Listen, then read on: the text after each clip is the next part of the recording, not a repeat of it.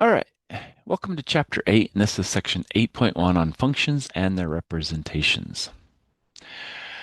So we're looking at, for objectives, introducing functions, recognizing representations of functions, defining a function, and then identifying a function. So function notation. Well, function notation really is instead of saying y equals something, we're going to say f of x equals something. So that's going to be our function notation. And now input is what we plug into our function, which is x, and the output is our y or f of x. Okay. And the f could be any name. It could be f of x, p of x, c of x, whatever it is, depending on what we're looking at. Most of the time, f for function. But if we're looking at like a cost function, we might do c of x. Maybe a profit function would be p of x. And so it could be a lot of different things we can use for the function name. It just depends on what we want to do. And it might not even be X. It might be C of T, the cost based on time, or the profit based on time. You could do that as well. So that's going to be the name.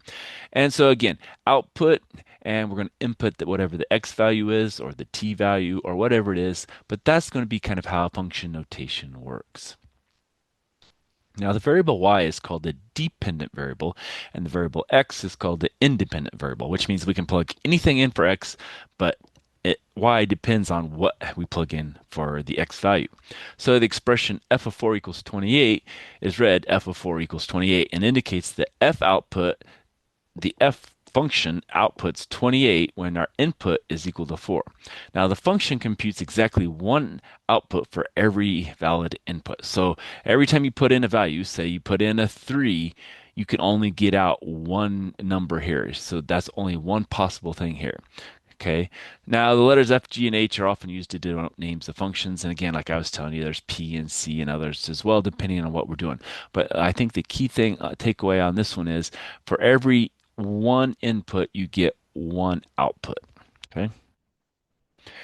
Now, representations of functions. We have verbal representations, which are words. We have numerical representations, which could be table of values. Symbolic could be a formula. Graphical could be a graph. And diagrammatic, it's some kind of a diagram. So those are the ways we can represent functions. Okay. All right, so let's look at some examples.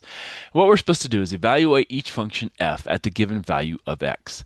So for our first one, f of x is equal to 2x minus 4, and we're supposed to plug in x is equal to a negative 3. So really what we're going to look for is x is a negative 3, so we're going to have f of negative 3 is equal to 2 times negative 3 minus 4. So it's going to be minus 6, minus 4, or minus 10.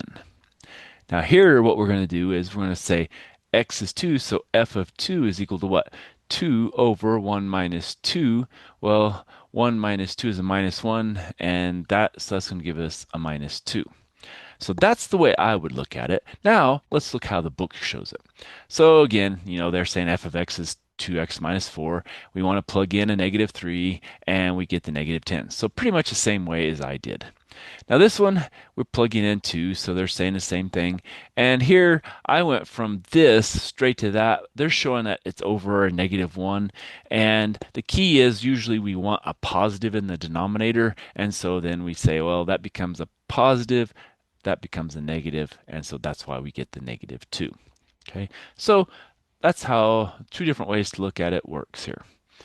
Now let's let a function f compute a sales tax of 6% on a purchase of x dollars. Use the given representation to evaluate f of 3. All right, so there's not a lot of space here for me. So verbal representation is multiply a purchase of x dollars by 0.06 because remember, we can't use percents into a calculation.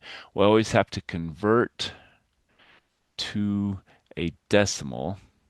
So that's our key. And 6%, we're going to drop the decimal and move two places to the left. So that would be the 0.06, hence the 0.06 here, to obtain the sales tax of y dollars. Numerical representation. Well, if you put in a dollar, the f of x is 6 cents. If you put in 2, it's 12. Put in 3, it's 18 cents. Put in $4, it's 24 cents. So this is the tax that's coming out here. So that's a kind of a numerical representation. Now, symbolic. Well, f of x is equal to 0.06x. Pretty simple. Graphical. All right, so this is kind of really what we're doing here, if we want to think about it, is we're plotting this table. So $1 is 6 cents, so that's about 6 cents. $2, that's about 12 cents. $3 is about 18. 4 is 24, and so on. And so that's kind of the graphical representation. And finally, the diagrammic or the diagram representation, one value goes to here, another value goes here, and we're showing it's a one-to-one relation. One of these goes to one of these. We're not getting multiples, okay? So that's our diagrammic representation here. And basically, f of 3 is equal to 18. So and no matter what case we're looking at that, the f of 3 is equal to 0.18. All right, so a definition of a function. A function receives an input x and produces exactly one output of y. And again, like I said, that's a very key piece of this whole thing, exactly one output, which can be expressed as an ordered pair x comma y. Input, output. Now, a relation is a set of ordered pairs, and a function is a special type of relation. Okay, so if we have a relation, we can have a bunch of ordered pairs based on if you put in this x, you get this y, but this x, you get this y, and so on. All right, so a function f is a set of ordered pairs x, y, where each x value corresponds to exactly one y value. And they're really making sure you understand that that's exactly one y value comes out, okay? Now, the domain of f is the set of all x values, and the range of f is the set of all y values. And so that's going to depend on what your function is, what your domain and your range are. So, for example, use the graph of f to find the function's domain and range. All right, domain, remember, those are x, range, those are the y. Well, x values were what? What can x be? Well, it looks like if you keep going, you're going to keep going to the left and you're going to keep going to the right. So the domain is going to be all x. So it's going to be, all real numbers, or it's going to go from negative infinity to positive infinity. Now, the range, on the other hand, it looks like it's at -4. And so it's going to go from -4 to positive infinity. And so with infinities, remember, it's always going to be parentheses, but that -4, it's got a bracket and it's going up to positive infinity.